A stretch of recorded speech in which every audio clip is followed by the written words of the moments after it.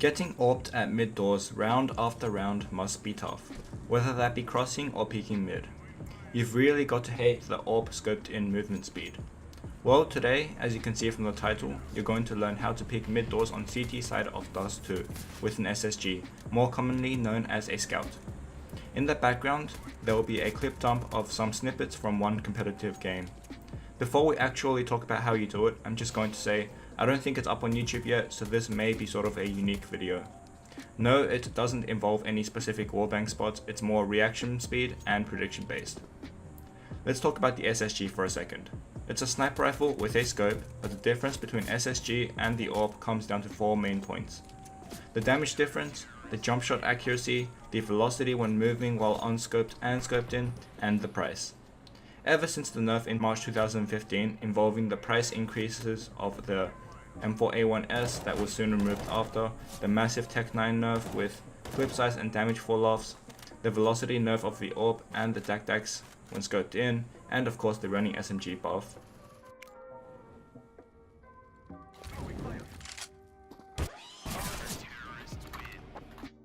The SSG has stood out to me as a viable weapon, especially on the CT side.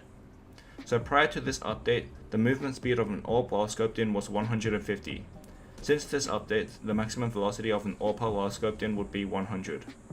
The SSG on the other hand has had a constant velocity of 230 when scoped in.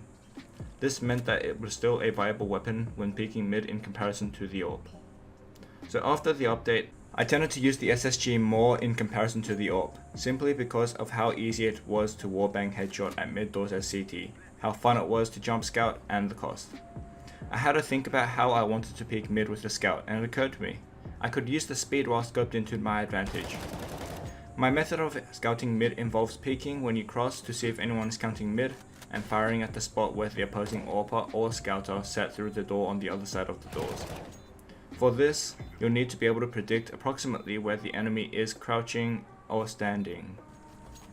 Remember to change height levels of where you are shooting depending on whether or not they are crouching. This method generally works better on lower level players as they tend to sit there without moving.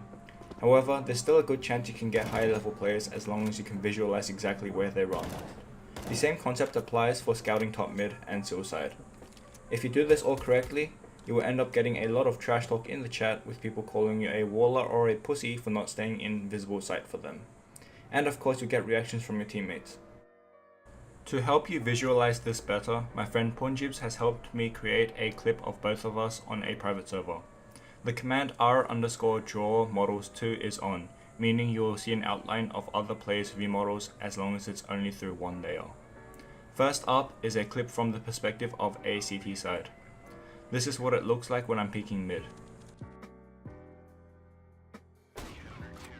While this is what it looks like when wars are turned off. Let's go, people.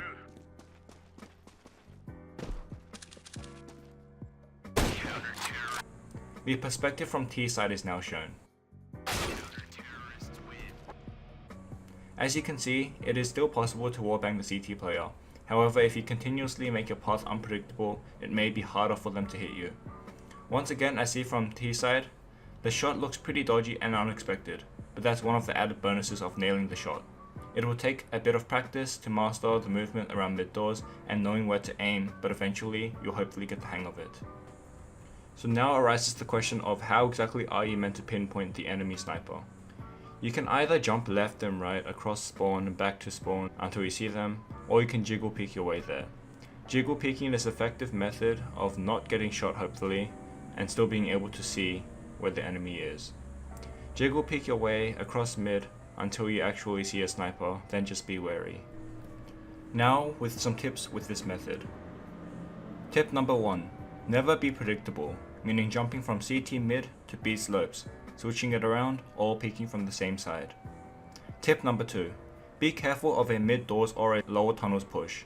I will always watch top mid after scouting T-spawn for a few seconds, before alternating between watching mid doors, Xbox, and top mid. Try and foresee an escape route in case they do push mid doors. Tip number 3. Never stay in view of top mid or T-spawn for longer than half a second to 1 second, for obvious reasons, which is you get shot. This goes for the next tip. Tip number 4. Always go for shots behind the door whenever you can. That way, you will have a chance at shooting them while they only have a vague idea of where you are. There still is a chance of getting wallbanged randomly, but by constantly moving, the chance is decreased. Just keep moving and switching sides of mid doors. Tip number 5. The preferred setup for this approach would be 2A, 2B, and you at mid. This way, you won't get a nasty surprise from either CT or B site as long as your teammate calls out when you lose A site. If you get pushed from mid doors, feel free to back up to B window or door, or even CT, for help from your teammates. And so this wraps up the tutorial. Hopefully you have learned something useful for your competitive games or casual games. Hope you have a good one.